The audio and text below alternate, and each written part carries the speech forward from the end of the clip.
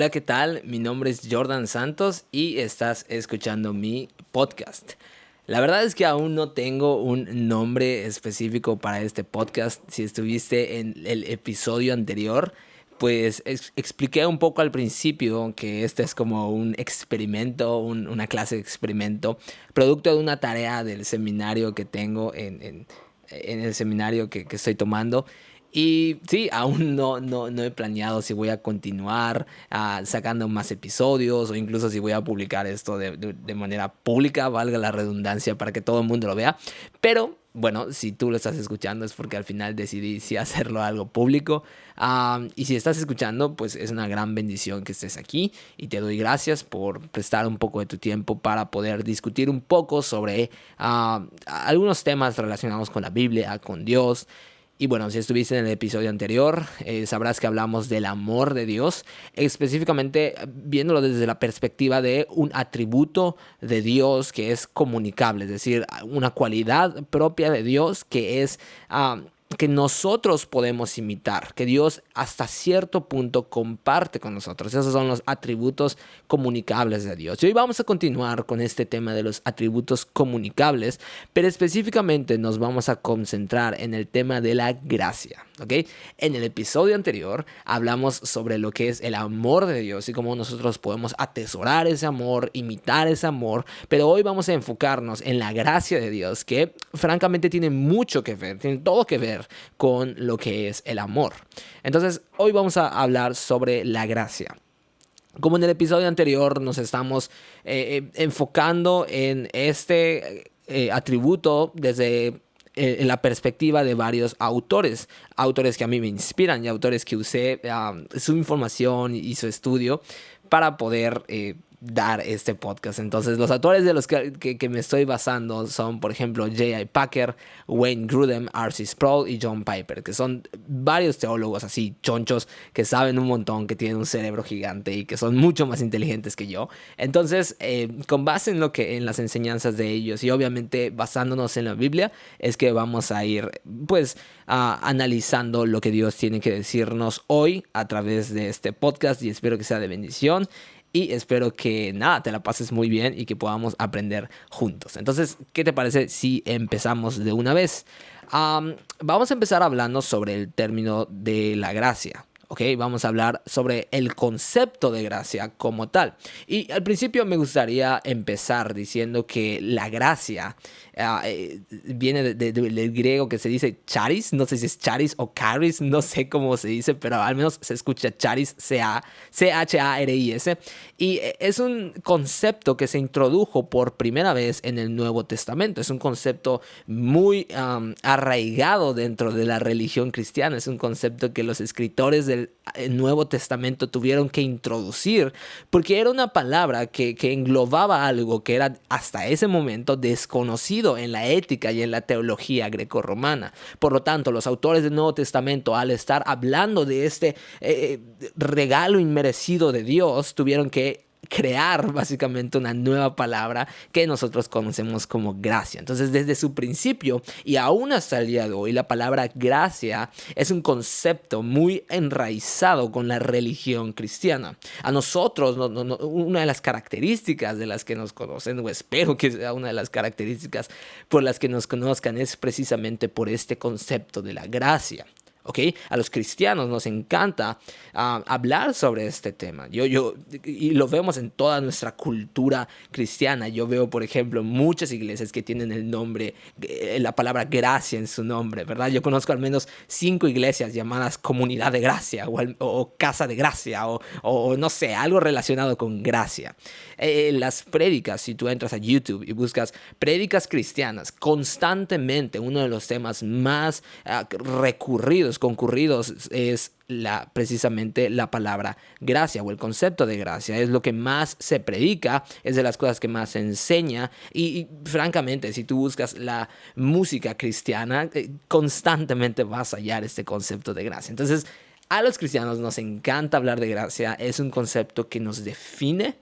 Y pues por eso me gustaría que podamos estudiar sobre este tema precisamente. Ok, entonces, ¿qué es la gracia de Dios?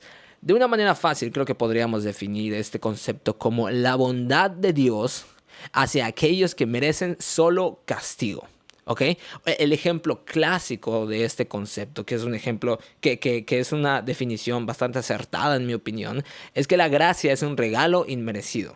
¿Verdad? Es la definición que todos dan, es fácil, es fácil de recordar, ¿verdad? Y es bastante corta y bastante acertada. La gracia es un regalo inmerecido, es el regalo de la bondad de Dios hacia gente que no solo no merece su gracia, su perdón, su salvación, sino que de hecho merece todo lo contrario, es decir, ira, juicio. ¿Verdad? Dios ve a gente que merecía ser castigado y no solo decide perdonarlos, sino que decide amarlos. Y eso es gracia, es el regalo de Dios hacia gente que merece completamente lo contrario. Ahora bien, hay varios conceptos en la Biblia que muchas veces nosotros usamos en sustitución o intercambiándolo con el concepto de gracia. Y creo que hay que hacer algo cuidadosos al cómo manejamos estos conceptos, porque si bien pueden ser sustituidos, no necesariamente significan lo mismo. Por ejemplo, la palabra misericordia. Muchas veces usamos misericordia para hablar de la gracia de Dios, pero si nos ponemos un poco técnicos, no necesariamente significa lo mismo. La misericordia podemos definirla como la bondad de Dios hacia aquellos que están afligidos o angustiados. Es ese tipo de bondad de Dios que es específica para la gente que se encuentra en un estado de necesidad, de aflicción, en gente que se encuentra en problemas, en gente que no se la está pasando muy bien. Y cuando Dios es bueno con esas personas, decimos que Dios es misericordioso. Otro concepto que está muy relacionado con la gracia, pero que no necesariamente es lo mismo, es, por ejemplo, la paciencia, que podríamos definirlo como la bondad de Dios al retener el castigo de aquellos que pecan por un periodo de tiempo. ¿Ok? Es gente que va a ser enjuiciada, pero que por un periodo de tiempo Dios retiene su castigo y hasta cierto punto les da la oportunidad de arrepentirse.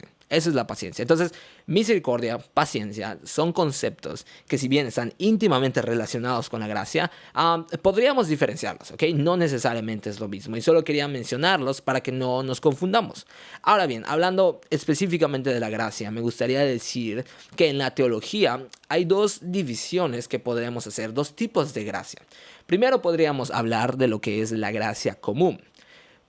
La razón por la que se llama común a este tipo de gracia es porque tiene un carácter universal. Es decir, es esa bondad de Dios que Él le imparte a cada persona del mundo indiscriminadamente.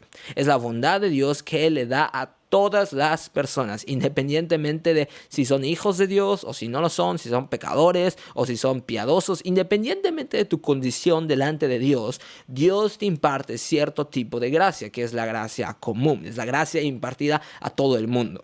Vamos a dar algunos ejemplos. Por ejemplo, está la creación.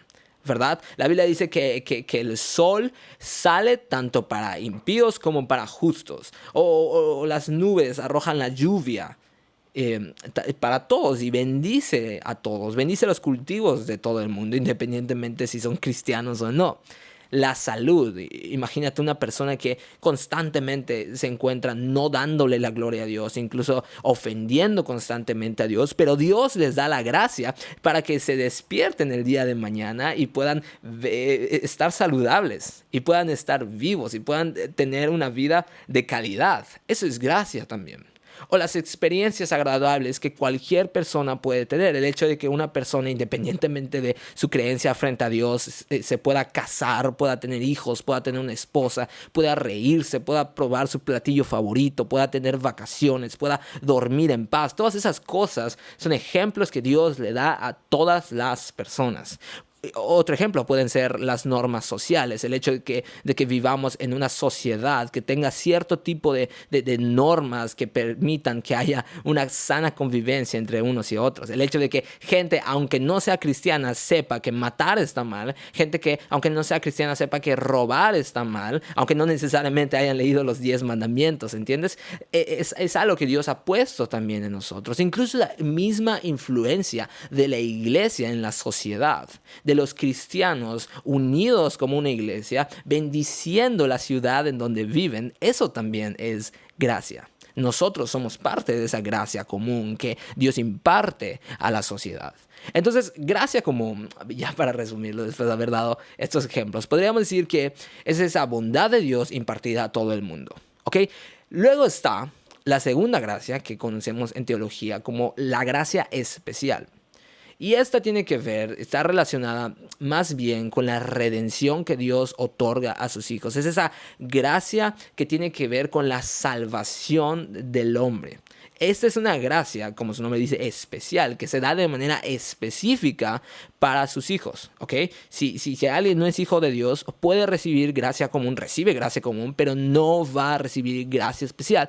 Este es un tipo de gracia que es reservada única y exclusivamente para los hijos e hijas de Dios, porque es una gracia que tiene que ver con la salvación de las personas. Y es en esta gracia en la que me quiero concentrar el día de hoy. Vamos a hablar mucho de la gracia, más que nada la gracia especial. Creo que hay mucho de qué hablar con respecto a esta gracia. Entonces, habiendo dicho esto, concentrándonos en lo que es la gracia especial, me gustaría decir que en la iglesia siempre están aquellas personas que encuentran esta doctrina de la gracia algo tan maravilloso e increíble que muchas veces ni siquiera se han podido acostumbrar a la idea de que Dios haya tenido gracia para con nosotros como pecadores. Muchas veces nos asombramos increíblemente al ver la gracia de Dios y es como, ¿cómo es posible que Dios haya perdonado mis pecados y me haya amado? ¿Verdad? Estamos enamorados, somos adictos como cristianos a la gracia de Dios y la gracia se vuelve nuestro principal tema de conversación, nuestro principal tema en las oraciones, al momento de alabar y estamos completamente enamorados con este concepto de gracia. Sin embargo, en la misma iglesia también hay mucha gente, tristemente, que no atesora la gracia como debería, o no contempla la gracia como debiera hacerlo, o no tiene una noción correcta de lo que es la gracia. Si bien tal vez no la niegan y crean en la posibilidad de la gracia de labios para afuera, pero en realidad en su corazón consideran muchas personas en la iglesia que este concepto de gracia de Dios está fuera del alcance de ellos. Y mientras más tiempo pasa, más se dan cuenta de que realmente no necesitan o no creen necesitar o no creen querer siquiera esta gracia. Entonces, ¿cómo es posible que en la iglesia haya gente que hasta cierto punto desprecie el concepto de la gracia de Dios, mientras que hay otros que están completamente enamorados con ella? Bueno, yo creo que la razón por la que hay muchos cristianos, o tal vez ni cristianos sean, pero mucha gente en la iglesia que no comparte estas creencias, yo creo que la razón es porque tampoco comparten creencias sobre Dios y sobre el hombre que son necesarias para entender la gracia. Y es que hay ciertas presuposiciones, ciertas doctrinas que son necesarias entender, abrazar, creer, aceptar, para entonces poder tener un mejor entendimiento de lo que es la gracia. Para que tú atesores el concepto de la gracia de Dios, necesitas aceptar ciertas doctrinas previas, necesitas aceptar ciertas presuposiciones. Y algunas de estas, y me gustaría mencionar estas presuposiciones. Entonces, déjate doy una advertencia. Realmente, estas doctrinas que voy a mencionar no son bonitas de escuchar. Y yo creo que esa es la razón por la que mucha gente no atesora la gracia, porque hay doctrinas previas que no son bonitas de escuchar. La gracia es bonita, la gracia nos gusta predicar de eso, pero porque no ofende a nadie, ¿verdad? Pero antes de atesorar la gracia necesitamos aceptar ciertas cosas difíciles. Entonces, antes de que te vayas, me gustaría que escuches estas doctrinas, porque al final vamos a terminar bien, ¿ok?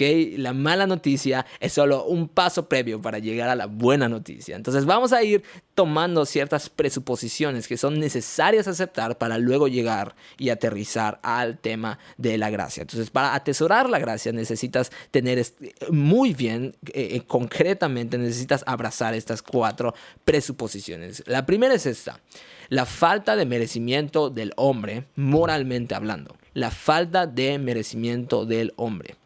Y el ser humano, por naturaleza, suele tener un alto concepto de sí mismo. ¿verdad? Idolatramos nuestras personas, idolatramos nuestros logros, idolatramos nuestras vidas, idolatramos lo que nosotros podemos hacer, nuestras riquezas, y vivimos en una sociedad antropocéntrica donde el hombre, es decir, el ser humano, las personas son el centro principal de atención. Todo apunta hacia ti, todo gira alrededor de ti, todo se trata de ti. Constantemente vivimos en una sociedad que da ese mensaje, donde tú eres lo más importante y punto.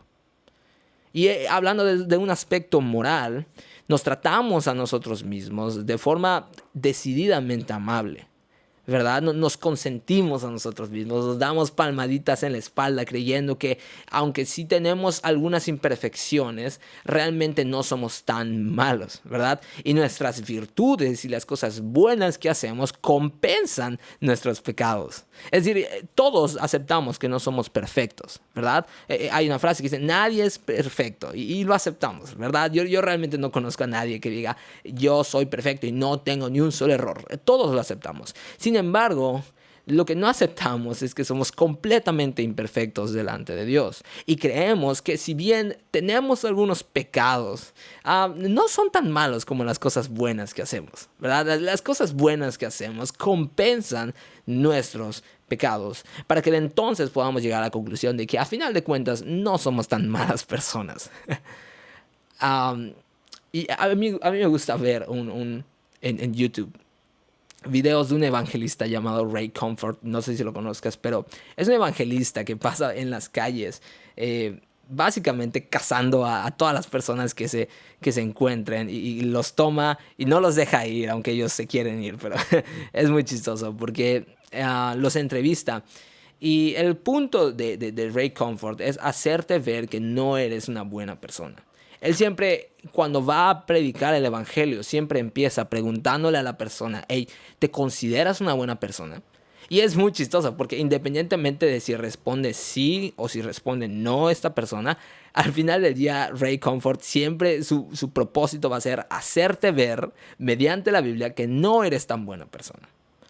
Y la razón por la que hace eso es para que una vez que aceptes que eres pecador delante de Dios, entonces puedes reconocer el valor de la gracia. Entonces lo que hace Ray es que toma los 10 mandamientos, por ejemplo, y le dice a la persona, hey, ¿has robado alguna vez? Hay un mandamiento que dice, no robarás. Y él dice, ¿has cumplido con ese mandamiento? Y la persona dice, no, o sea, todos hemos robado. Y él le dice a esta persona, ¿cómo llamas a una persona que roba? Y la otra persona responde, pues un ladrón, ¿verdad? Entonces él le dice, entonces bajo tu propia declaración, tú mismo te dices ser un ladrón porque has robado, ¿verdad? Y poco a poco, con los 10 mandamientos, este hombre va como haciendo cambiar la postura de las personas para que entonces entiendan que no son tan buenas personas. Y eso es extremadamente ofensivo, ¿sí? En más de un video la gente se molesta con este hombre. Y sí, si tú hicieras la prueba de ir en la calle y ir caminando y a cada persona que ves decirle, hey, eres una mala persona, realmente vas a sentir el odio de la gente. Sí, es muy posible que te quieran censurar, que te tiren de predicar el odio, ¿verdad? Que eres una persona hater que anda juzgando a los demás. ¿Quién te crees tú para juzgar a los demás? Y sí, o sea, vas a ser odiado. Y yo no digo que vayas por las calles y le digas a todo el mundo, son pecadores y se van a ir al infierno. Tampoco creo que ese sea el punto. Pero la Biblia sí dice que nosotros somos pecadores. Sí dice que hay que aceptar la realidad que delante de Dios somos criaturas que hemos perdido, su imagen se ha distorsionado en nosotros. Somos rebeldes en contra de la ley de Dios. Ante la presencia de Dios somos declarados culpables. Y yo creo que esta es una de las razones por la que la gente no entiende la gracia, porque no entendemos la necesidad que tenemos de la gracia, porque no aceptamos que somos personas que realmente necesitamos la gracia, porque somos moralmente incapaces, no merecemos esa gracia de Dios. Entonces ese es el primer punto que debes entender para poder abrazar correctamente la gracia. Segundo punto, la justicia retributiva de Dios. La justicia de Dios. Hoy día la sociedad se concentra mucho en tolerar y hasta cierto punto ignorar la maldad. ¿Ok? Constantemente vemos la maldad siendo ignorada hasta cierto punto. ¿Ok? Hay maldad que no se ignora. Por ejemplo, si hoy día vemos en las noticias que un hombre asesinó a su novia, el día de mañana va a haber un movimiento a favor de esta mujer, ¿verdad? Entonces, tampoco es como que ignoremos por completo el mal, pero sí hay ciertos puntos de la maldad que toleramos y hasta cierto punto ignoramos. Un ejemplo que me gustaría dar, y sé que aquí me voy a meter en temas un poco delicados, pero un ejemplo claro, creo yo, sería el aborto. Es muy curioso que siempre la postura pro vida, es decir, que estamos en contra del aborto, siempre solemos ser los cristianos o los religiosos, ¿verdad? Y siempre dicen, otra vez los religiosos. Y sí, pero yo entiendo que como cristianos que tenemos un Dios de vida, vamos a defender la vida también, incluso la vida aún del ser que está en el vientre materno, que nosotros entendemos es un ser humano. Entonces, digo, yo entiendo, no estoy a favor del aborto, pero entiendo que exista una postura a favor del aborto que venga de gente que no cree en Dios. Hay un autor, Fyodor Dostoyevsky se llama. Él dice, si Dios no existe, todo es permitido. Entonces, una sociedad que ha abrazado, que ha rechazado a Dios, entiendo que abrace filosofías como las ideologías abortistas. Yo entiendo eso. Lo que no entiendo es cómo es posible que estas ideologías se han infiltrado lentamente en la iglesia. ¿Cómo es posible que gente que se declara cristiana acepte y defienda el aborto? O sea, repito, yo entiendo que una sociedad que no conoce a Dios lo haga, pero gente cristiana, gente que alaba a Dios, que apoyen estas cosas. Y la razón por la que digo esto es porque hace unos meses atrás vi un video de un amigo, de una amiga, que se supone que es cristiano, y subió un video de él hablando, defendiendo el aborto, y básicamente brindando argumentos bíblicos, supuestamente bíblicos, porque de bíblicos no tenía nada, pero supuestamente argumentos bíblicos de por qué Dios está a favor del aborto. Y bueno, ya te imaginarás que se armaron los trancazos ahí en los comentarios, gente a favor, gente en contra, siempre pasan esas cosas. Pero el punto al que quiero llegar, ¿cómo es posible que la maldad se haya infiltrado aún dentro de las iglesias? ¿Cómo es posible que estas ideas se hayan infiltrado aún en gente que declara creer en Jesús? Y eso nos demuestra cuán corruptos somos los seres humanos. Y aún hasta la iglesia se ve afectada por el pecado de la humanidad. Entonces, nosotros como sociedad toleramos ciertos males y aún hasta la iglesia se ve víctima, se ve envuelta en estas prácticas. Entonces, continuando con esta orientación pagana, nosotros damos por sentado que Dios no solo acepta nuestras prácticas pecaminosas, sino que hasta cierto punto las entiende. Y hasta cierto punto tal vez siente y piensa como nosotros, como este chico que no solo apoyaba el aborto, sino que supuestamente daba argumentos de cómo o por qué Dios también apoya o apoyaría el aborto. Okay, una cosa es decir que tú estás a favor del aborto, pero otra cosa es decir que Dios está a favor del aborto, ¿entiendes? A lo que voy es, no solo pecamos nosotros, sino que hasta cierto punto creemos que Dios es hasta cierto punto cómplice o entiende nuestros pecados. O deja pasar como si no tuvieran tanta importancia, como si nuestra maldad no fuera tan grande. Pero la Biblia insiste en que este mundo que fue creado por Dios también fue creado con un código moral. Dios es un ser moral y Dios implantó esa moralidad, este sentimiento de bien y mal en nosotros. Y la retribución es un hecho básico de la creación. Es decir, si tú cultivas cosas buenas, cosecharás cosas buenas. Si tú cultivas para el espíritu, dice la Biblia, del espíritu sembrarás cosas buenas. Si tú cultivas para la carne, si tú cultivas para el pecado, si tú cultivas cosas malas, pues vas a cosechar cosas malas. Ese es un principio que Dios ha determinado. Y hay que tomar en cuenta que Dios es el juez de la tierra. Por lo tanto, Él, al obrar rectamente, tiene que juzgar a la gente. Si haces cosas buenas, vas a estar delante de Dios y vas a ser recompensado. Pero si haces cosas malas y si vives una vida que no agrada a Dios y no eres su hijo, también vas a estar delante de Dios y vas a rendirle cuentas. Dios va a vindicar al inocente si es que lo hay, pero también va a castigar y va a juzgar el pecado de las personas. Génesis 18:25 dice lo siguiente: lejos de ti el hacer tal que hagas morir al justo con el impío, y que sea el justo tratado como el impío, nunca tal hagas. El juez de toda la tierra no ha de hacer lo que es justo. ¿El Dios que es justo no va a obrar conforme a su justicia?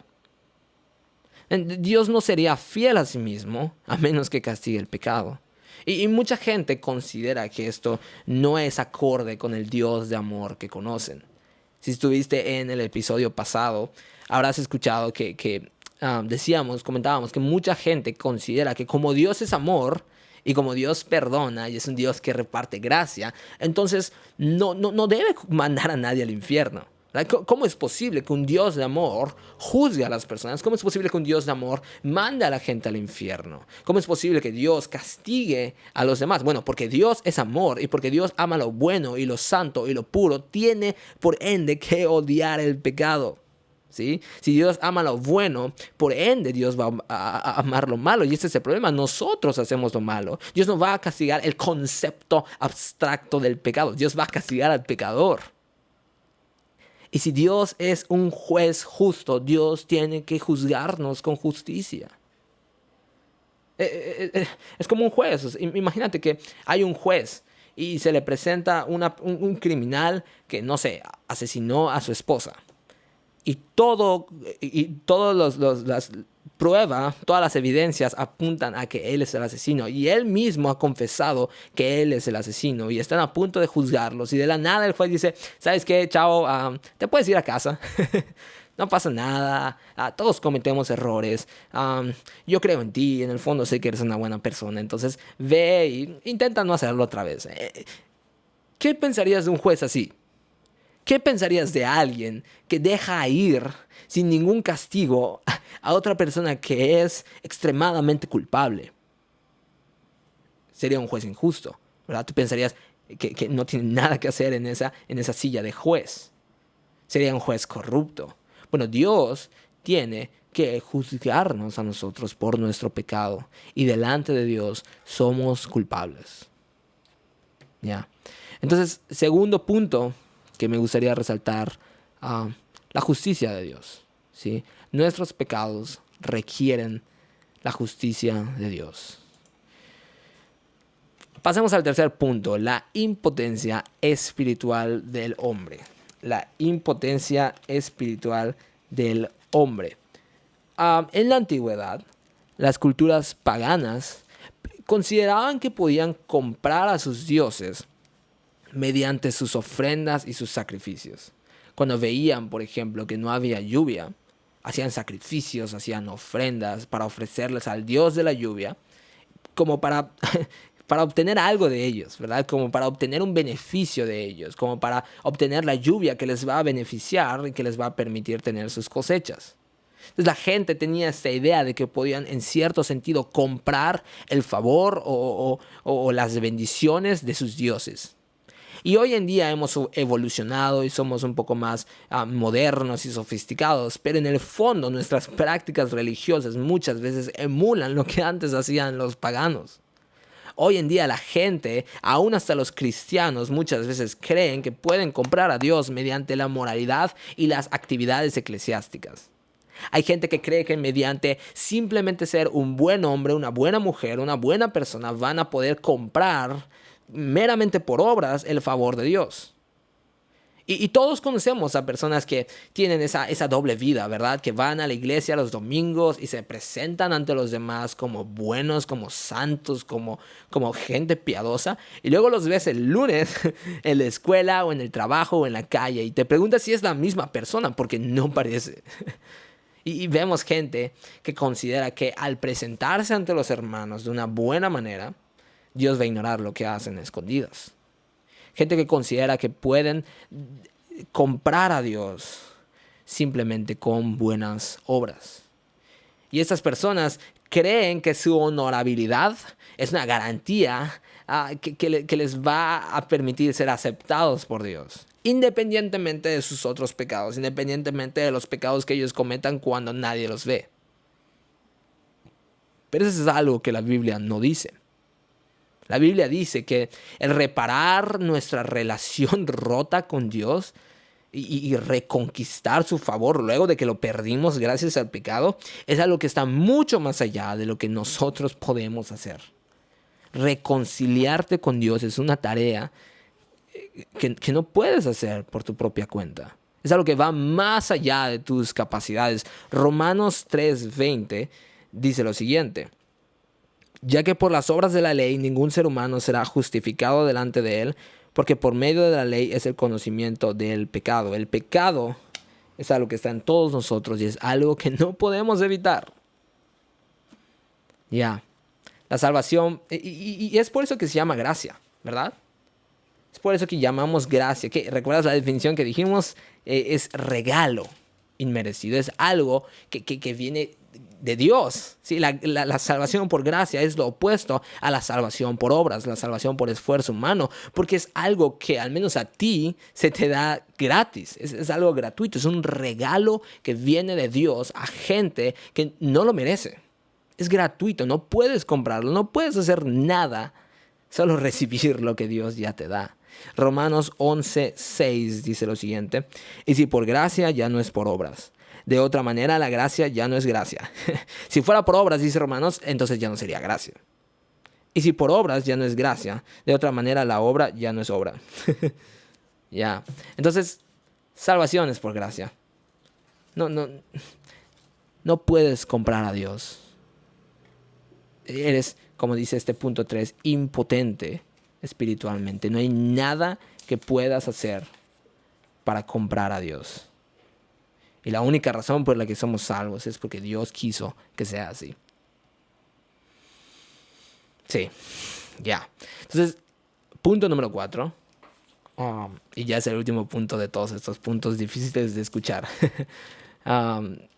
Sí, la libertad soberana de Dios. Consideremos la libertad soberana de Dios. El paganismo moderno, hoy día la gente tiene la creencia de que Dios está de alguna manera obligado a amarnos y a ayudarnos, a pesar de que no lo merezcamos. La gente tiene esta noción de que Dios es casi esclavo de nosotros. Y la gracia es algo que se ha vuelto tan común y constante en nuestra vida que a veces, sin decirlo, llegamos al punto de considerar de que Dios nos debe su favor, Dios nos debe su bendición. Hay un poeta francés, si no me equivoco, llamado Heinrich Heine. Espero haber dicho bien su nombre. Él, al final de su vida, sus últimas palabras, yo creo que él estaba en un momento de retrospección o introspección, ¿cómo se dice? Bueno, ahí lo googleas. Creo que es introspección. Él estaba en un momento de introspección en el que estaba analizando su vida, creo yo. Y al final de su vida, sus últimas palabras fueron lo siguiente: Dios me perdonará. Es su oficio. O sea, Dios tiene la obligación de perdonarme porque esa es la función de Dios. Aunque no me arrepentí, aunque viví mi vida de pagano, pecando, sin arrepentimiento, sin poner mi fe en Jesús, sin rendirme ante Él, Dios me va a perdonar. Porque Él es bueno y Él es perdonador y Él es un Dios de gracia. Entonces tiene que perdonarme. Esa es la idea que la gente tiene de Dios, como si fuera un esclavo de nosotros, un esclavo que está dispuesto a todo mundo perdonar sin ninguna exclusividad. Pero el Dios de la Biblia no depende de sus criaturas para su bienestar. Dios no depende de nosotros. Hechos 17:25 dice lo siguiente: que Dios, el autor de Hechos dice que Dios no es honrado por manos de hombres como si necesitase de algo, pues Él es quien a todos da vida, que da a todos vida y aliento a todas las cosas. Dios no depende de nuestras adoraciones. Dios no depende de nuestras manos humanas. Dios no depende de nosotros. Y como nosotros hemos pecado, Él tampoco está obligado a mostrarnos ningún favor. Dios no está obligado a mostrar bendiciones a gente que no lo merece. Y si quieres exigirle algo a Dios, lo único que puedes exigir es que cumpla su justicia. Y si haces eso, ten mucho cuidado, porque la justicia de Dios significa condenación para nosotros como pecadores. Entonces Dios no está obligado a tener lástima, ni perdonar, ni dar amor a alguien que no se lo merece. Y si lo hace, Dios lo hace por su plena voluntad. Dios lo hace de manera libre. Por eso es gracia, no es una obligación para Dios, pero es algo que Dios decide dar voluntariamente. Si Dios perdona a la gente es porque Dios quiere perdonar, no porque tenga que hacerlo, no porque esté obligado a hacerlo, pero porque quiere hacerlo. Romanos 9:15 dice lo siguiente: pues a Moisés dice, tendré misericordia del que yo tenga misericordia y me compadeceré del que yo me compadezca. Muchas veces creemos que ese pasaje es cruel, ¿verdad? ¿Por qué Dios escoge a unos y a otros no? Bueno, esa es una pregunta bastante válida, pregunta que no vamos a abordar el día de hoy porque no es el tema. Pero el punto es este: Dios no está obligado a compadecerse de absolutamente nadie, ni de ti ni de mí. Y si lo ha hecho por su soberana y libre voluntad. Él no tiene necesidad de hacerlo.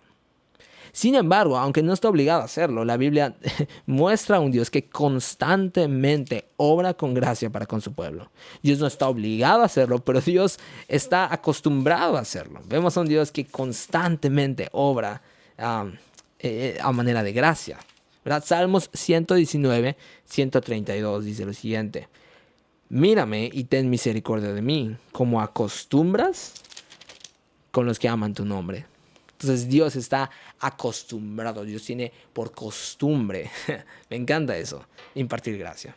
Aunque Dios no tiene la obligación de hacerlo, Dios constantemente está impartiendo gracia a todo el mundo, gracia común, pero sobre todo a sus hijos, gracia especial. Entonces Dios no tiene obligaciones sobre ti, pero Dios constantemente y por el puro afecto de su voluntad decide darte de su gracia. Ok, si terminaste hasta aquí, si llegaste hasta aquí, te felicito porque lo que acabamos de decir, sí, no es popular. No es, y tristemente esto es algo que no se predica mucho. Nos encanta predicar de gracia, pero no nos encanta hablar de las presuposiciones que necesitamos entender para poder abrazar correctamente la gracia. Y es difícil de escuchar. Una vez más, si tú vas y le dices a la gente que es mala persona, que no merece a Dios, se van a molestar. Pero una vez que has dado las malas noticias, entonces llega lo bueno. Y ahora es cuando vienen las buenas noticias, las palabras de consolación. Resumiendo estos 4 puntos, podemos decir que la gracia de Dios es amor libremente manifestado hacia pecadores culpables, a pesar de que no lo merecían. ¿Ok? Es amor de Dios manifestado a gente que no merece ese amor. Es Dios manifestando su bondad hacia personas que no tienen razón alguna para tener esa bondad. Y lo único que merecen es castigo, es juicio, es ira, es severidad. ¿Ok?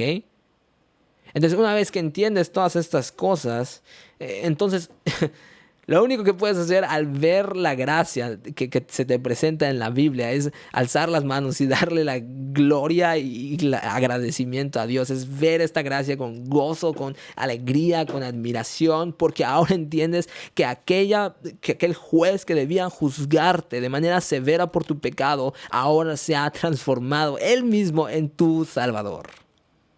Entonces, una vez que aceptas que no eres tan buena persona como crees, estás listo para abrazar a aquel que sí es una excelente persona y que murió en tu lugar.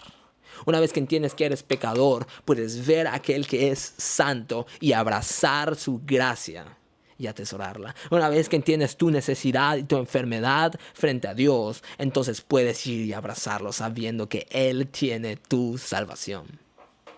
Una vez que entiendes la mala noticia, estás listo para entender la buena noticia. Sí. Y ves, gracia y salvación son conceptos que están íntimamente juntos. son como una causa y un efecto, ¿verdad? Salvación y gracia son dos conceptos que están muy ligados. Y déjame buscarte un texto, lo estoy buscando. Está en Tito 2:11, dice lo siguiente. Porque la gracia de Dios se ha manifestado para salvación a todos los hombres. Gracia y salvación están íntimamente relacionados. Al final de cuentas, la gracia lo que te da es precisamente salvación. Entonces, si algo vas a entender de este punto es esto. Y si podemos resumir los 4 puntos en uno solo es, nosotros somos inmerecedores de este favor de Dios. Pero aún así, Él ha decidido dar su gracia salvífica a sus hijos. Por el puro afecto de su voluntad, por el simple hecho de que Él quiso hacerlo. Él no te debe nada. Él no es deudor de ti, pero Él ha decidido darte gracia. Ya. Ok.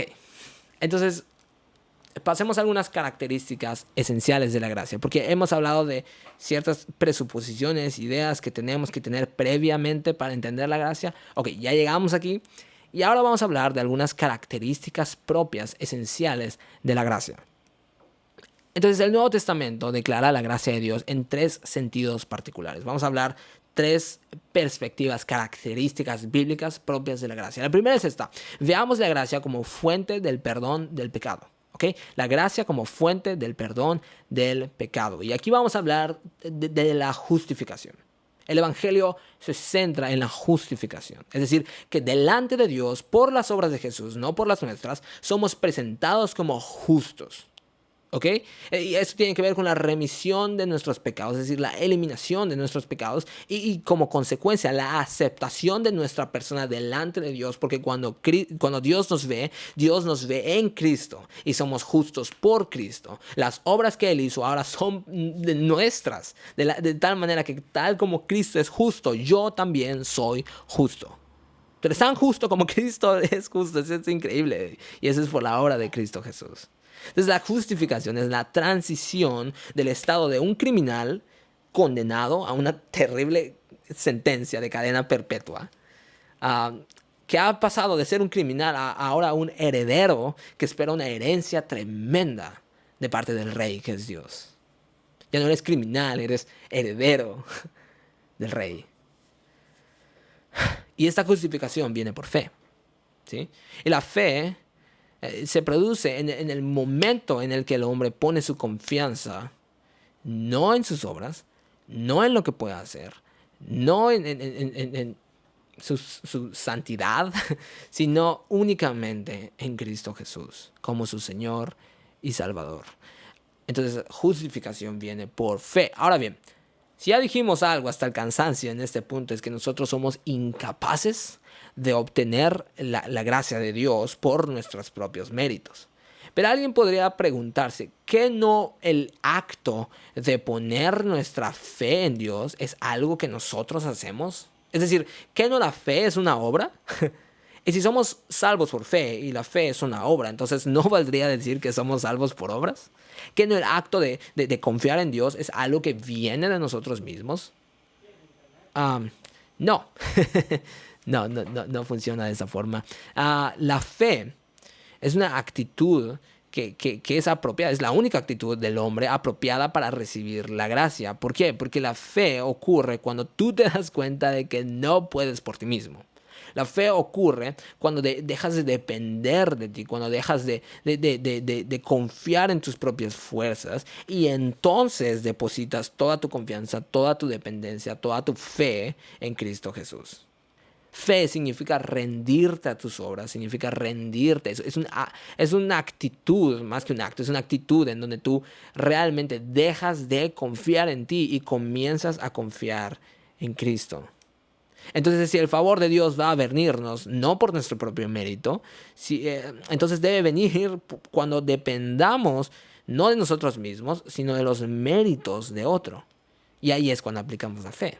Entonces, fe significa rendirte a ti, rendirte a tus obras, rendirte a tu esfuerzo y poder confiar en Él, en Dios. Poder ver las obras de Dios y decir, Él es el único que me va a salvar. Entonces cuando te rindes de tratar de salvarte por ti mismo, entonces abrazas las obras perfectas de Cristo Jesús. Esa es fe. Entonces, esta justificación por fe es gratuita para ti. Una vez más, no es por obras, no es por algo que tú hayas hecho, es por las obras de Jesús y para ti es gratis. ¿Recuerdas la definición? Es un regalo, es algo que tú no pagas, es algo que tú no compras, es algo que Dios decide darte gratis. Ahora, el hecho de que sea gratis para ti no significa que no sea costosa. A alguien le tuvo que costar tu salvación y ese es Jesús. Jesús fue humillado, fue torturado, fue asesinado, fue crucificado hasta que murió.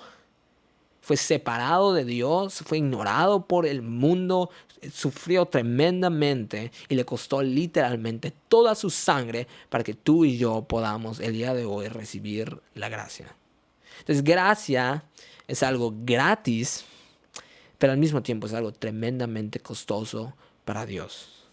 Romanos 8:32 dice lo siguiente. Dice así: el que no escatimó ni a su propio Hijo, sino que lo entregó por todos nosotros, ¿cómo no nos dará también con él todas las cosas? Dios no escatimó a su Hijo, no retuvo a su Hijo, lo entregó. Y Cristo mismo dice: yo entrego mi vida, nadie me la quita, no me están obligando a hacer esto, yo quiero hacerlo, yo quiero entregar mi vida porque quiero salvarlos. Es algo completamente gratuito para ti, completamente costoso para Él, porque le costó su vida. Entonces la gracia, punto número 1, la gracia viene como fuente de perdón de pecados. Punto número 2, veamos la gracia como el motivo del plan de salvación. El Nuevo Testamento coloca el don del perdón divino en el contexto de un plan de salvación que comienza con la elección antes que el mundo fuera y se completará solo cuando la iglesia sea perfeccionada en gloria. Es decir, la salvación que Dios te dio y la gracia que Dios te da es algo que viene desde antes de la fundación del mundo, desde antes siquiera que existieras, ¿verdad? Y es algo que se va a perfeccionar hasta que Cristo vuelva por nosotros y vivamos en gloria. Me gustaría leer un pasaje de 2 de Tesalonicenses 2:13 que dice: pero nosotros debemos dar siempre gracias a Dios respecto a vosotros, hermanos amados por el Señor, que Dios os haya escogido desde el principio para salvación. ¿Sí? Dios nos escogió desde el principio para salvación mediante la santificación por el Espíritu y la fe en la verdad.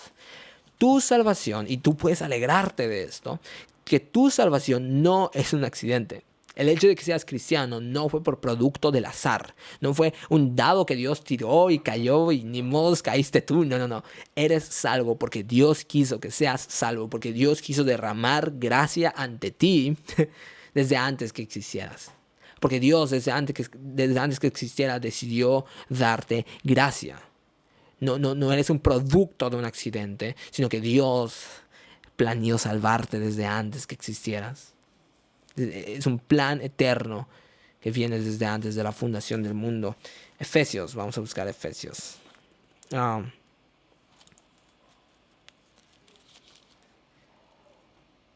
Efesios 2:10 dice lo siguiente: porque somos hechura suya, creados en Cristo Jesús para buenas obras, las cuales Dios preparó, escucha, de antemano para que anduviésemos en ellas. De antemano Dios ya preparó tu salvación. Entonces puedes celebrar: yo no soy producto de un accidente, yo no soy producto del azar. Dios me planeó, Dios planeó mi salvación, Dios planeó darme gracia desde el principio. Qué hermosa verdad.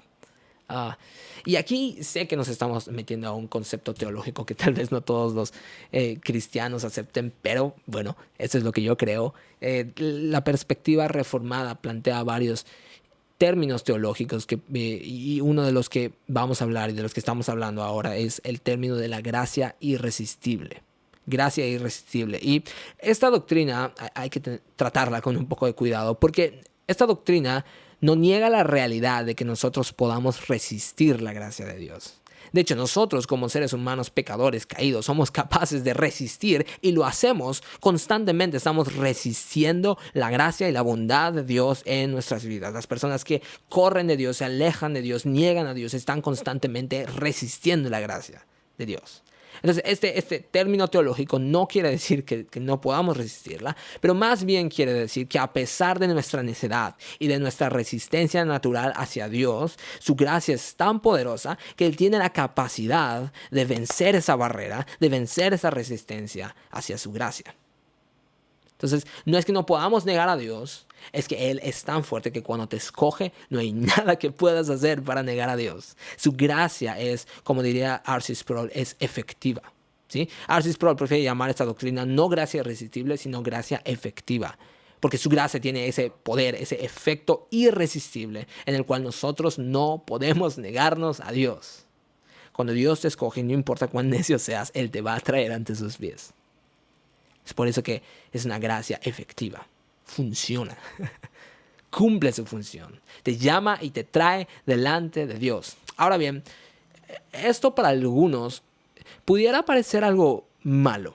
No suena bonito el decir que Dios nos trae aun cuando nosotros nos resistimos, porque te da esta idea de que Dios es como un padre que obliga a su hijo y que lo arrastra aun cuando no quiere a ir a la escuela, ¿entiendes? Y el niño va a regañadientes y es, ni modos, tengo que obedecer a mi padre, ¿verdad? Muchos tienen esa noción de Dios que básicamente obliga y arrastra a la gente a Él, aún en contra de su voluntad, pero esa no es la idea que estamos planteando aquí.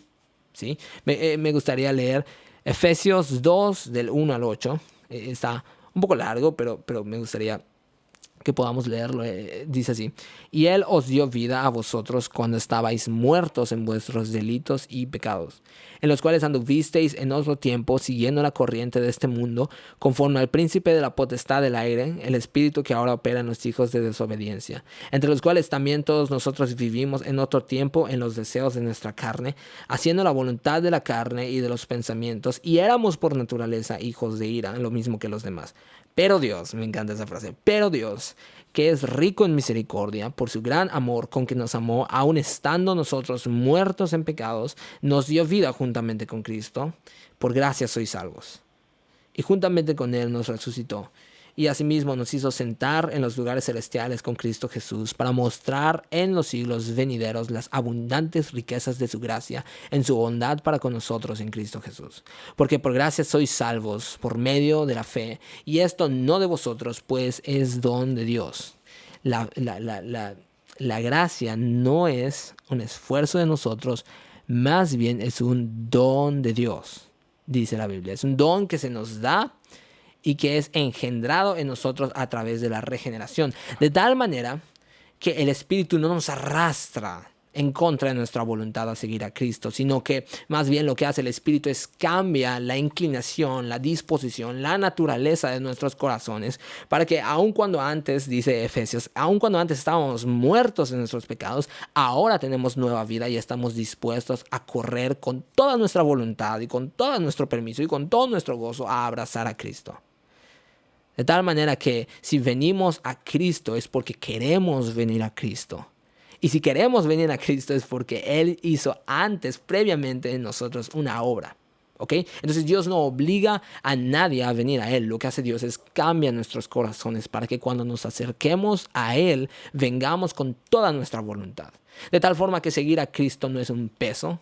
No es algo que nos cueste, no es algo difícil realmente, es algo que nosotros hacemos con toda nuestra voluntad porque nos damos cuenta de su amor, porque Él cambia nuestros corazones, porque Él cambia nuestra naturaleza, porque Él ahora nos hace desearlo. Ya. Entonces, la teología reformada sostiene que esta regeneración es monergista. Y sé que esa palabra está medio rara, entonces la subdividimos. Mono significa uno. Y ergo significa obra o trabajo. Es decir, ¿es la obra o es el trabajo que hace una persona? Entonces, hablando de la regeneración, podemos decir que este es un trabajo que viene únicamente de Dios. La regeneración, una vez más, no es algo que nosotros hagamos, es algo que viene de Dios. Es un trabajo monergista. Ya. Entonces, el punto número 2 es el que estamos estudiando. Dice, la gracia como motivo del plan de salvación. Y si Dios promete y se propone cumplir su plan hasta el final, entonces Él con su soberano poder lo va a ejecutar y nada puede desbaratarlo. Porque Dios ya se lo propuso. Y desde antes de la fundación del mundo Él ha decidido que serás salvo. Y esto nos lleva al último punto de estas características de la gracia. Y este último punto es la gracia como el motivo del plan. Ups, me equivoqué, ese es el segundo punto. Disculpen, es el tercer punto, este último punto es la gracia como garantía del plan de la preservación de los santos. La gracia como garantía de la preservación de los santos. Como dijimos, si el plan de salvación es algo que Dios ya decidió, entonces se va a cumplir ineludiblemente, inevitablemente, Dios lo va a cumplir y el futuro del cristiano está completamente asegurado. Si Dios ya decidió que eres salvo, entonces nada, ni siquiera tus obras malas van a arrebatarte lo que Dios ya te dio. Primera de Pedro 1:5 dice lo siguiente. Dice así, que sois guardados por el poder de Dios mediante la fe, para alcanzar la salvación que está preparada para ser manifiesta en el tiempo postrero. Sois guardados, dice Pedro, por el poder de Dios para alcanzar la salvación. El poder de Dios y la gracia de Dios preservan y hacen que sus hijos e hijas sean guardados. Entonces la gracia no es algo que funciona una vez al momento de otorgarte el perdón de pecados cuando pasas de muerte a vida, cuando pones tu fe en Jesús. No es algo que te sirve en ese momento y luego dejas de usarla, sino que la gracia es algo que impacta constantemente en todo momento de la vida del cristiano. Es algo que no solamente viene una vez a ti y luego se va, pero es algo que vives todos los días. Todo lo que vives todos los días es por gracia de Dios. Dice la Biblia, gracia sobre gracia. Recibes gracia y al siguiente día recibes más y así sucesivamente. Todos los días desde que creíste en Jesús y aún fuera de los que no creen en Jesús, la gracia común, recibimos gracia. Todo es gracia. Todo es gracia. Es por eso que Pablo constantemente cuando saluda a las iglesias con sus cartas, siempre al momento de saludar dice, les desea gracia, ¿verdad? Leamos un ejemplo, Romanos 1:7 dice, es Pablo saludando a la iglesia de Roma y él dice lo siguiente, a todos los que estáis en Roma, amados de Dios, llamados a ser santos, gracia. Gracia y paz a vosotros de Dios, nuestro Padre y del Señor Jesucristo. Pablo deseaba que ellos tuvieran gracia, era su oración. Tengan gracia, les mando gracia, porque él sabía que esto era algo que iba a influir en sus vidas por el resto de su caminar cristiano. Entonces gracia no es algo que necesitas una vez y luego lo botas a la basura para no volver a usar. Gracia es algo que necesitas todos los días. Y aquí me estoy volviendo a meter en otro concepto reformado. Si no eres reformado y estás escuchando esto, bueno, hola. Espero que sea de bendición de todos modos y que sí, puedas escuchar lo que estamos diciendo. Pero bueno, me gustaría hablar sobre esta doctrina que es la perseverancia de los santos. Es una doctrina que habla precisamente de esto. Digo, creo que es muy self-explicit, o sea, su nombre lo dice todo. Y sí, tiene que ver con la perseverancia de los santos. Y R.C. Sproul, uno de los teólogos que estamos usando para estudiar este tema de la gracia, R.C. Sproul dice que esta frase, perseverancia de los santos, este nombre es un poco peligroso. Un poco, hay que tenerle mucho cuidado a este nombre, porque la palabra perseverancia parece sugerir que es algo que haces nosotros mismos. Es algo que hacemos, que perseveramos por nosotros mismos. Y si algo ya hemos dicho en este podcast es que no nosotros lo hacemos. Es, una vez más, una obra monergista, ¿sí? Y sí es verdad que los santos perseveran hasta el final, pero si lo hacen no es porque sean fuertes, no es porque ellos mismos sean diligentes bajo sus propias obras y bajo sus únicos méritos, sino porque es Dios quien nos ha preservado. ¿Sí? Es, una vez más, un trabajo que hace Dios, no algo que hagamos nosotros. Es por eso que Sproul decide llamarlo no perseverancia, sino preservación de los santos, atribuyendo el acto de preservación no a nosotros, sino a Dios. Si nosotros somos preservados por la gracia de Dios. Entonces podemos resumir esta doctrina, la perseverancia o preservación más bien de los santos, como bajo esta frase: si tú tienes fe salvadora, entonces nunca la perderás. No existe eso de perder la fe. Si tienes fe, la vas a preservar. No vas a perderla, y si llegas a perderla es porque nunca la tuviste. ¿Sí? Si vemos gente que decide abandonar su fe, lo que comúnmente llamamos apostasía, es porque y nunca se arrepienten, nunca vuelven y desprecian la gracia de Dios, es porque nunca fueron salvos. Primera de Juan 2:19 dice lo siguiente: salieron de nosotros. Está hablando de gente que apostató, que rechazó su fe, que al principio la abrazó, pero a su tiempo la rechazó. Y dice esto, Juan dice: salieron de nosotros, pero no eran de nosotros. Es como, nunca pertenecieron a nosotros, porque si hubiesen sido de nosotros, habrían permanecido con nosotros. Pero salieron para que se manifestase que no todos son de nosotros. No todos los que están en la iglesia son de la iglesia, realmente. Hablando en un término espiritual. No todos los que están de la iglesia son salvos, ¿verdad? Y hay gente que va a estar ahí y tarde o temprano van a salir de ahí y van a rechazar la fe. Sí. Ahora bien, en este tema hay que tener mucho cuidado. Es un tema bastante delicado, este asunto de la apostasía. Porque la verdad es esta: es posible que un cristiano verdadero, alguien que genuinamente tiene la salvación, se vea envuelto en una caída tan grave del pecado que pareciera ser que rechaza la fe. Hay cristianos genuinos que tienen su salvación, que no van a perder, pero que entran en un estado de pecado tal que parece que están apostatando. Y déjate doy un ejemplo clásico: el rey David, ¿verdad? Nosotros conocemos al rey David. Fue, dice la Biblia, el hombre conforme al corazón de Dios. Para los judíos el rey David es un héroe. Y sí, se recuerda con mucho amor al rey David. Pero si algo podemos decir del rey David, y si en una historia se nos acuerda del rey David, aparte de la historia con Goliat, obviamente, es la historia de David y Betsabé. Es ese momento difícil y bastante turbio en la vida de David, donde él está, bueno, si no conoces la historia, la puedes encontrar en 2 de Samuel 11 y 12. No la voy a leer porque está bastante larga, pero déjate la resumo, probablemente la conoces. Es un momento en la vida de David donde él, en vez de ir a la guerra, decide quedarse en sus aposentos.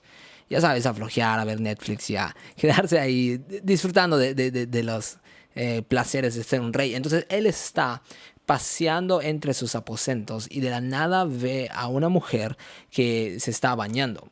Yo me pregunto, ¿qué hace una mujer con la ventana abierta mientras se está bañando? Pero bueno, el punto es que él se enamora de esta mujer y pues ya sabes lo que ocurre: fornican y todo esto y adulteran bueno, tienen un hijo producto de ese adulterio.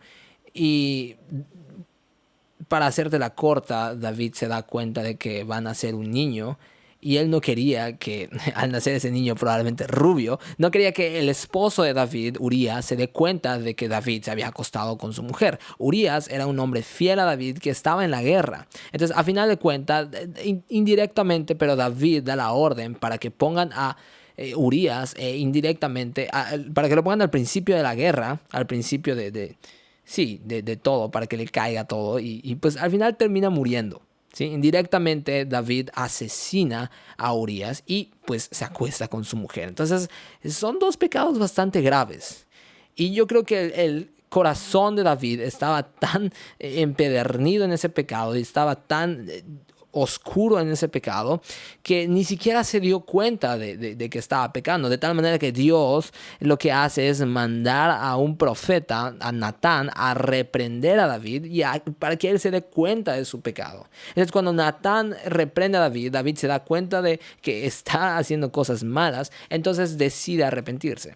Y vemos ese hermoso salmo, el Salmo 51, que habla de precisamente el arrepentimiento, del perdón de pecados y de la gracia que Dios puede derramar ante una persona que se arrepiente. Entonces cualquiera que viera a David en esta situación, en este momento bastante turbio de su vida, y que no conociera a David y no tuviera un contexto de este hombre, nadie diría que es aquel hombre, el hombre conforme al corazón de Dios. Nadie diría que es una persona salva. ¿Sí?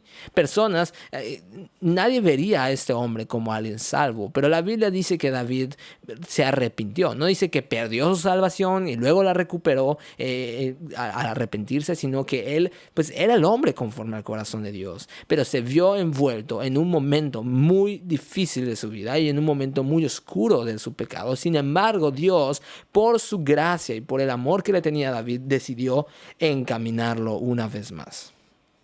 Otro ejemplo que podemos ver de esto está en Lucas 22, del 55 al 62, un ejemplo clásico de ese tema que estamos tratando. Podría ser Pedro. ¿Tú recuerdas cuando Jesús está en la cena antes de que lo entreguen, antes de que lo crucifiquen, y él anuncia todo lo que iba a pasar y que lo iban a arrestar, que iba a sufrir, que lo iban a crucificar? Y Pedro, y básicamente dice que todos lo iban a traicionar. Y Pedro dice, no, yo no te voy a traicionar. ¿Sabes? El intrépido Pedro, el que siempre respondía y todo esto. Pero Jesús le dice, Pedro, tú me vas a negar 3 veces. Y Pedro dice, no, Señor. Pero al final de cuentas conocemos la historia y sabemos lo que ocurre después. Sabemos que Pedro sí niega 3 veces a Jesús. Dice la Biblia que la tercera vez que lo negó, incluso hasta estaba maldiciendo a Jesús. No nomás dijo, no lo conocía, sino que hasta estaba maldiciendo. Y vemos cómo la profecía de Jesús sobre la negación de Pedro finalmente se cumple. Y cualquiera que viera a Pedro en esta situación diría que tal vez nunca fue salvo. Pecó de una manera igual de grave, o sea, traicionó a su maestro. Traicionó a aquel hombre con el cual estuvo caminando por casi 3 años de su vida y de repente permitió que lo crucificaran negándolo. Y cualquiera podría pensar que Pedro tal vez hasta perdió su salvación. Pero lo interesante aquí es que el mismo Jesús no únicamente profetiza la negación de Pedro, sino que también profetiza la preservación de Pedro. ¿Sí? Fíjate lo que dice Jesús en Lucas 22, capítulo 22, versículo 31. Dice lo siguiente. Es Jesús hablando a Pedro, le dice, Simón, Simón, he aquí Satanás os ha pedido para zarandearos como a trigo. O sea, Pedro, te va a ir mal. Satanás ya te apartó y no te va a ir bien, vas a caer. Pero en el versículo 32 dice, pero yo he rogado por ti que tu fe no falte y tú una vez vuelto confirma a tus hermanos. Me encanta que dice una vez vuelto. No dice si vuelves. No dice si algún día llegas a arrepentir. No, dice va a pasar. Vas a volver. Te vas a arrepentir porque yo he orado para tu preservación. Y cuando lo hagas, fortalece a tus hermanos. Entonces vemos como un hombre que niega a su Señor no pierde su salvación, sino que Jesús mismo lo preserva. Vemos como otro hombre que comete pecados terribles de asesinato y de adulterio, tampoco pierde su salvación, sino que ya se arrepiente al final. Entonces podemos ver que las caídas del cristiano sí pueden ser muy fuertes. Sí puede haber un genuino cristiano envuelto en una genuina batalla de un pecado tremendamente terrible, pero estas caídas nunca serán totales ni definitivas. Nadie que es genuinamente salvo puede pecar lo suficiente como para caer de la gracia de Dios y nunca más volver a ser perdonado. Toda persona puede caer en un profundo hoyo de pecado, pero si genuinamente esta persona es creyente, es cristiana, es escogida por Dios desde antes de la fundación del mundo, entonces va a volver. Porque las caídas pueden ser fuertes, pero en un cristiano nunca serán definitivas. Incluso el acto mismo de la disciplina eclesiástica de la excomunión se hace con la esperanza de que la persona que es excomulgada, es decir, que es expulsada de la iglesia, tal vez sí es un verdadero creyente, que tal vez en estos momentos se encuentra en una situación bastante terrible del pecado, pero y es bastante fuerte esta medida. O sea, es básicamente decirle a una persona, hey, eres tan terrible que te expulsamos de la iglesia, no vuelvas, no eres bienvenido a esta iglesia nunca más. Pero aún esto se hace con la esperanza, no de ser malos, no de fregar simplemente a esta persona porque sí nos cae mal. No, se hace con la esperanza de que tal vez pueda volver. De que tal vez cortarlo del cuerpo de Cristo sea la medida, la situación que el Espíritu Santo use para traerlo al arrepentimiento. Se hace con la esperanza de que tal vez no ahora, pero a su debido tiempo se arrepienta y una vez que se arrepienta, pueda volver. Una vez que se arrepienta, entonces, puede volver a la iglesia. Y vemos un ejemplo de esto en 1 Corintios 5, del 1 al 5. Perdón, 1 Corintios 5, 1 y 5. Pablo dice lo siguiente: de cierto se oye que hay entre vosotros fornicación, y tal fornicación cual ni aún se nombra entre los gentiles, tanto que alguno tiene la mujer de su padre. Aquí está ocurriendo una situación bastante terrible. Básicamente lo que Pablo está diciendo es, hey, entre ustedes en la misma iglesia hay un hombre que se está acostando con su madre. Y Pablo dice, esto es algo que ni los paganos hacen, ni los no cristianos hacen, y en su iglesia está ocurriendo.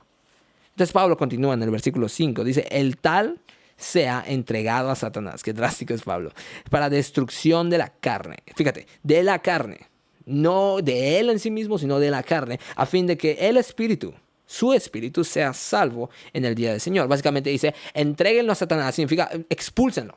Ya no es bienvenido en la iglesia, sáquenlo de la iglesia, para que tal vez su alma pueda ser salva. Para que al final, tal vez esa sea la medida que Dios use para salvarlo. Y vemos en la segunda carta que Pablo manda a los Corintios, capítulo 2, versículos del 5 al 11, que este hombre efectivamente se arrepiente. Genuinamente se arrepiente. Y Pablo dice, si ustedes lo perdonan, entonces yo también. Si Dios lo perdona, entonces ¿por qué nosotros no? Si él genuinamente se arrepintió, entonces devuélvanlo, que vuelva a entrar a la iglesia. ¿Ves? El punto de la excomunión no es expulsar definitivamente a una persona, pero es que tal vez ese es el momento en el que Dios va a obrar en su vida para que se arrepienta y se dé cuenta de la gravedad de su pecado. Y una vez que se arrepienta, entonces puede volver. Se hace con la esperanza de que este hombre o esta mujer tal vez son salvos y se encuentran en una situación difícil. Y tal vez cuando se arrepientan, vuelvan. Pero no se hace con la esperanza de que estas personas nunca vuelvan. Sí. Ahora, ¿cómo reaccionamos? Y esto es un tema bastante delicado.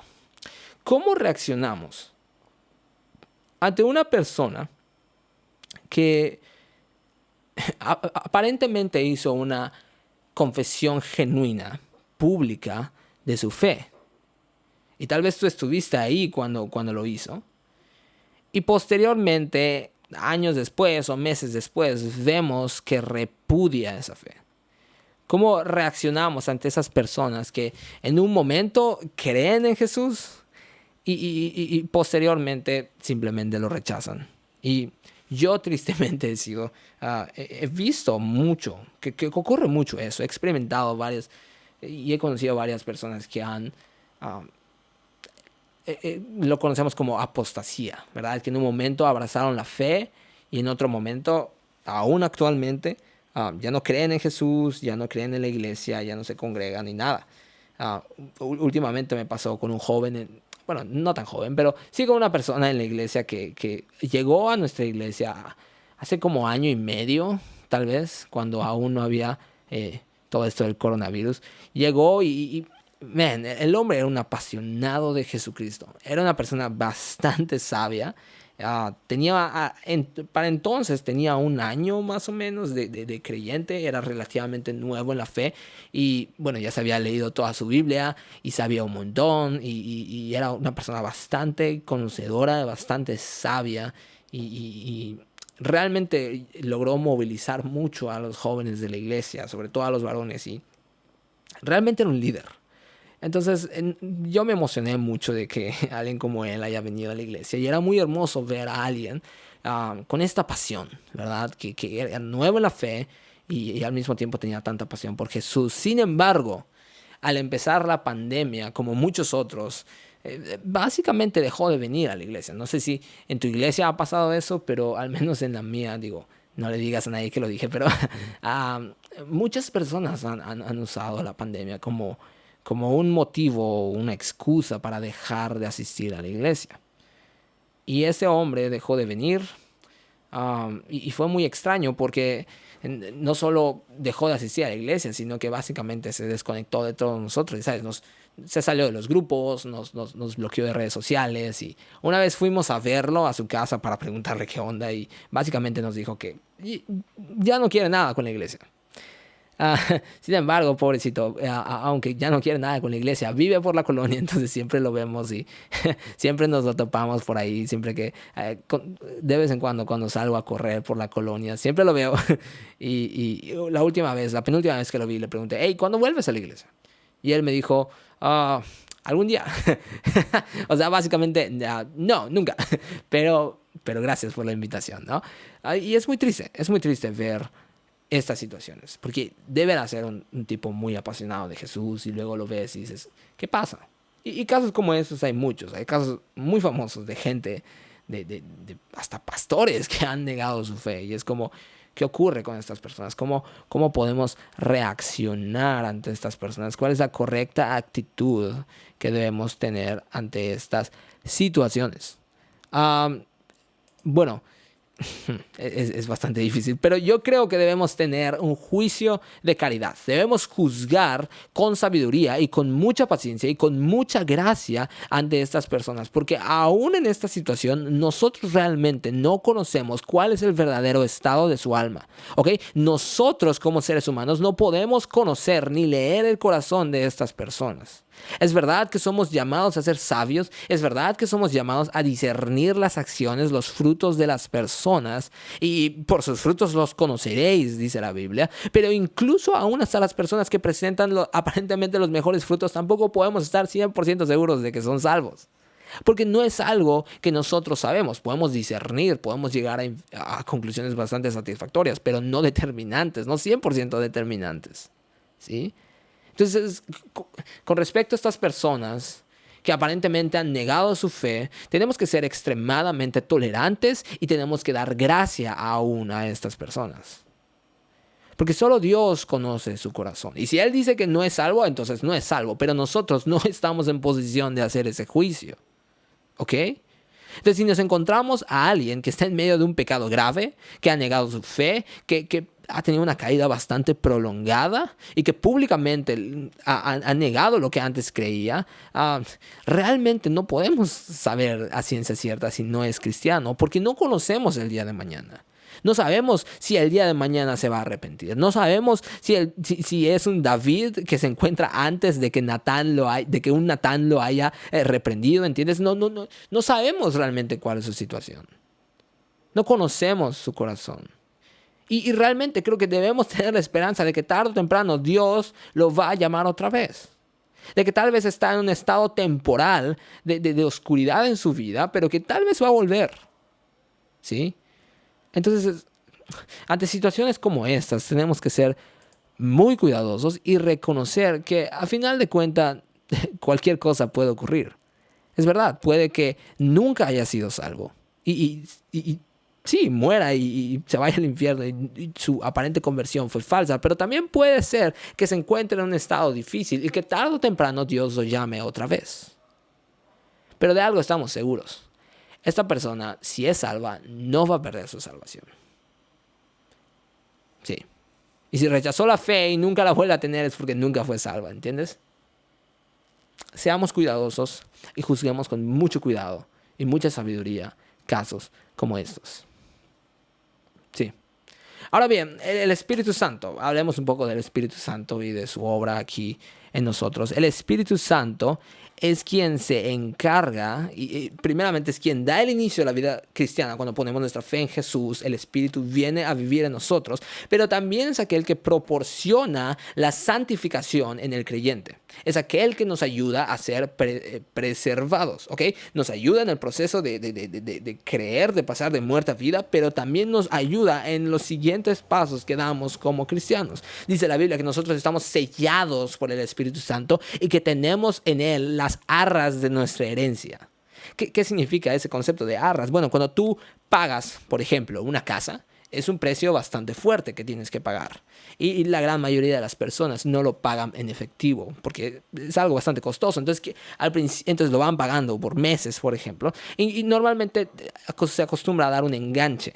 un pago inicial que te comprometa a seguir pagando los siguientes meses la cuota para poder a su debido tiempo ya pagarlo totalmente, ¿verdad? Es como un enganche, un pago inicial. Eso significa arras. Es esa garantía de que Dios te prometió algo y lo va a cumplir hasta el final. Ahora bien, Dios no nos da monedas como garantía. Más bien, la garantía de nuestra salvación y la garantía de que Dios nos va a preservar hasta el final es el mismo Espíritu que ahora vive en nosotros y que no se va a ir. Si el Espíritu de Dios se habita en ti, no se va, porque no vas a perder tu salvación. Y la evidencia de la garantía de Dios en ti es el Espíritu de Dios morando en ti. Ese es el sello que Dios ha puesto en tu vida. Ahora, hablando de la labor de Jesús. Jesús ascendió al cielo siendo nuestro gran sumo sacerdote, dice el libro de Hebreos. Y la función sacerdotal, la principal función que tiene este rol es la de interceder por nosotros. Es decir, que Dios está sentado a la diestra del Padre y constantemente está intercediendo, está orando, está pidiendo por nosotros. Yo creo que Jesús ora más por nuestra santidad que nosotros mismos. Yo creo que Jesús está más interesado en interceder por nosotros de lo que nosotros mismos lo estamos. Y Jesús constantemente está preocupado por tu preservación y Él constantemente le está pidiendo al Padre que te preserve. Y esto te debe dar mucha confianza. Porque entiendes que tu preservación no descansa en tu capacidad. No descansa en tus esfuerzos. No descansa en las obras y la fuerza que puedas tener para poder obedecer a Dios. No, descansa en Cristo. Descansa en Dios. Descansa en la capacidad que Dios tiene de, por medio de su gracia, preservarte hasta el final. Y no sé tú, pero al menos para mí y aquí me voy a poner un poco honesto, es constante ese temor del día de mañana yo ser esa otra persona que niegue la fe, ¿sabes? Porque veo a gente muy firme en su fe que al final del día termina negándola y digo, ¿qué pasa si si luego voy yo, ¿sabes? ¿Qué pasa si el día de mañana me despierto y ya no soy cristiano, ya no tengo esas mismas ganas y poco a poco me voy enfriando en mi capacidad de amar a Cristo, de saborear a Cristo? Es como, ¿qué pasa si algún día yo soy el siguiente? Pero no debes atormentarte con ese temor. Me lo digo a mí mismo y te lo digo a ti. No te atormentes con el temor de que tu fe vaya a fracasar, porque esa gracia que te encaminó hacia tener fe en un primer lugar es la misma gracia que te va a ayudar a mantener esa fe hasta el final. La gracia que te salvó en un principio es la gracia que te va a preservar hasta el final. La gracia que te hizo pasar de muerte a vida es esa gracia que te permite seguir viviendo en los caminos que Dios quiere que vivas. Entonces es algo que viene de Dios. Es un don que viene de Dios. Entonces ese es el tercer punto. sé que ese tercer punto estuvo bastante largo. Tal vez ya ni recuerdas cuál era el tercer punto. Déjate lo recuerdo. Ni yo me acuerdo.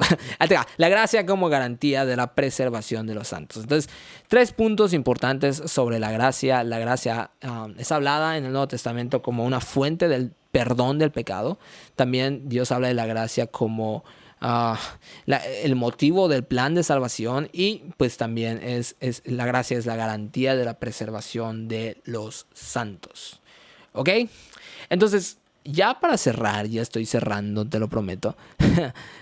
Me gustaría llegar y aterrizar todo esto a algunas aplicaciones que podemos tener, ¿ok? Hemos hablado la gracia desde un aspecto meramente teórico, doctrinal. Hemos hablado de algunas presuposiciones que necesitas aceptar y entender para poder abrazar correctamente la gracia, pero me gustaría nomás aterrizarlo para que podamos tener una idea completa y para que podamos practicar y llevar a la vida cotidiana todo esto que hemos aprendido. Entonces, me gustaría resaltar 3 puntos, 3 cosas importantes que nos deja la gracia. En primer lugar, y bueno, aquí van 2 puntos y luego voy a dar el tercero. La gracia nos permite tener una actitud de 1, gratitud y 2, fe. La gracia nos permite tener una actitud de gratitud y fe. Y hay que entender que la gracia impacta nuestra vida, no únicamente en el presente, sino también en el pasado y en el futuro. ¿sí? Hablando del futuro, la gracia es integral, es decir, está en todas partes de nuestra vida, aún en el futuro, aún en el pasado. Hablando del futuro, podemos decir que la gracia se traduce en fe cuando tomamos en cuenta todas las bendiciones que nos esperan por la gracia de Dios. Una vez más, la Biblia dice que nuestra vida es gracia sobre gracia, es decir, tienes gracia y luego recibes más. Y podemos ver esto en todas las bendiciones que hay de Dios en la Biblia. Tú puedes leer la Biblia y vas a encontrar promesa tras promesa de un Dios que va a bendecir tu vida. Que un Dios que promete bendecir tu vida. Y podemos poner nuestra fe en que por la gracia de Dios, Él nos va a preservar, Él nos va a bendecir, Él nos va a llenar de Él nos va a seguir caminando en esta vida cristiana con seguridad. Podemos tener fe en el futuro, en las promesas de Dios futuras de que Dios va a cumplir sus propósitos en nosotros. Y ahora, hablando del pasado, podemos tener gratitud, confiando en la máxima obra de gracia que podemos ver en la Biblia, que es la muerte de Cristo Jesús por nuestros pecados. ¿Quieres ver la máxima manifestación de la gracia de Dios? Vas a ver la imagen de un Cristo crucificado. Y cuando volteas a ver ese evento pasado, entonces eso resulta en gratitud, en gozo hacia Dios, en darte cuenta de que eras pecador y merecías tú estar en ese lugar, pero ahora has recibido gracia. Y eso resulta en gratitud, y eso resulta en adoración, y eso resulta en gozo, y eso resulta en alabanza. Entonces, gracia resulta en gratitud, gracia resulta en fe. Ahora, y ese es el tercer punto, la gracia también es el poder que me permite ser lo que debo ser y vivir como debo vivir. La gracia nos brinda la capacidad de vivir en santidad y de obedecer las cosas que Dios quiere que obedezcamos. Primera de Corintios 15:10 dice lo siguiente: por la gracia de Dios, dice Pablo, soy lo que soy. Y su gracia no ha sido en vano para conmigo.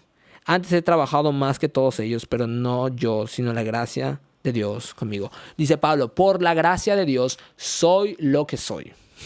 Si yo he llegado hasta donde estoy, no es por mis propios méritos, sino es por la gracia de Dios que me da la fuerza de ser quien debo ser. Y esto es contrario al pensamiento que algunos tienen, porque algunas personas consideran que la gracia, unas personas usan erróneamente la gracia como una excusa para seguir pecando.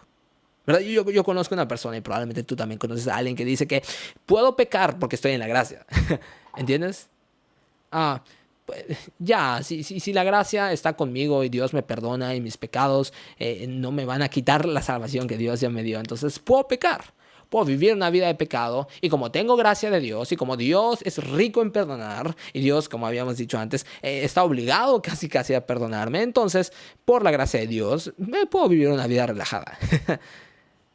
Pero quienes suponen que la doctrina de la gracia de Dios tiende a favorecer el relajamiento moral, demuestran que no conocen realmente la gracia de Dios. Una persona que usa la gracia como una excusa para pecar es una persona que realmente no la ha entendido. Porque cuando tú te das cuenta de tu pecado y tú te das cuenta de lo terrible que es y ves esa cruz y entiendes que Dios te ha perdonado y que te ha dado gracia, eso una vez más resulta en adoración, resulta en gratitud, resulta en gozo, resulta en obediencia. No resulta en una mente que dice, puedo pecar más. No, resulta en alguien que se da cuenta de lo terrible de su pecado y se arrepiente. El amor que Dios nos tuvo despierta a su vez amor en nosotros. Y ese amor desea complacer a los demás. Primera de Juan 4:19 dice que nosotros le amamos porque Él nos amó primero. Una vez que entendemos el amor que Dios desarrolló en nosotros, entonces nosotros, como consecuencia de su iniciativa de amarnos, nosotros le amamos y deseamos complacerle. Porque cuando tú estás enamorado de alguien, tú quieres agradar a ese alguien. Y quieres cumplir lo que sea para hacerlo feliz. ¿Y cómo glorificas a Dios? ¿Cómo haces la voluntad de Dios? Jesús dice, si me amas, guarda mis mandamientos. Si realmente dices amarme, demuéstralo guardando mis mandamientos. Ya. Entonces, una persona que está llena de la gracia de Dios no es alguien que va a usarla como una excusa para pecar.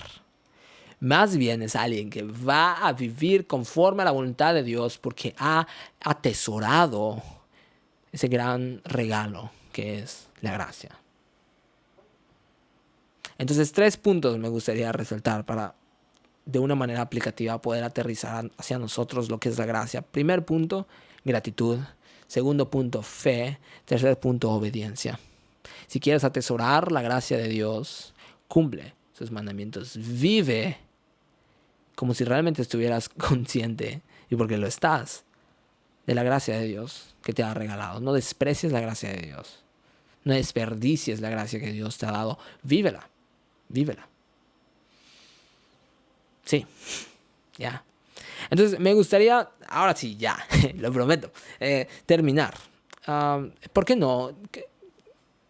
Meditando sobre una canción muy conocida sobre la gracia de Dios. Se llama Sublime Gracia, de John Newton. Yo sé que tú la conoces, es un himno clásico, aún hasta los no cristianos probablemente la hayan escuchado una vez en su vida. Y ¿por qué no? Me gustaría cerrar con estos versos que son tremendamente poéticos y tremendamente hermosos. Entonces, déjatelo leo.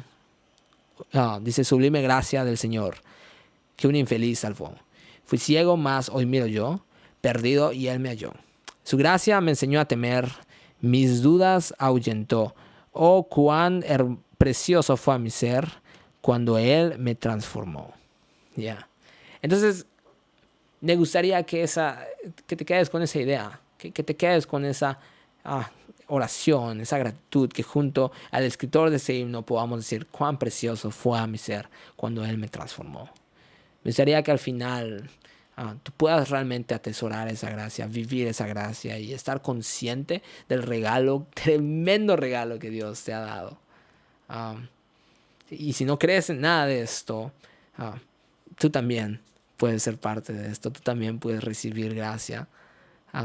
Si crees en Jesús, si pones tu fe en Jesús, si te arrepientes de tus pecados, fe en Jesús, y recibirás gracia. ¿Sí? Entonces, así como Pablo saludaba a su iglesia deseándoles gracia, yo me despido de ustedes deseándoles gracia. ¿Sí? Gracias para ti, gracias a tu familia, gracias también por escuchar este podcast. No sé si voy a seguir sacando más episodios por ahora, pero al menos 2 pude sacar y eso es una gran bendición para mí. Y espero que si lo escuchaste sea de bendición para mí y de verdad deseo gracia para ti. Así que habiendo dicho esto, me despido. Muchas gracias por escuchar y tal vez nos vemos a la próxima. Hasta luego.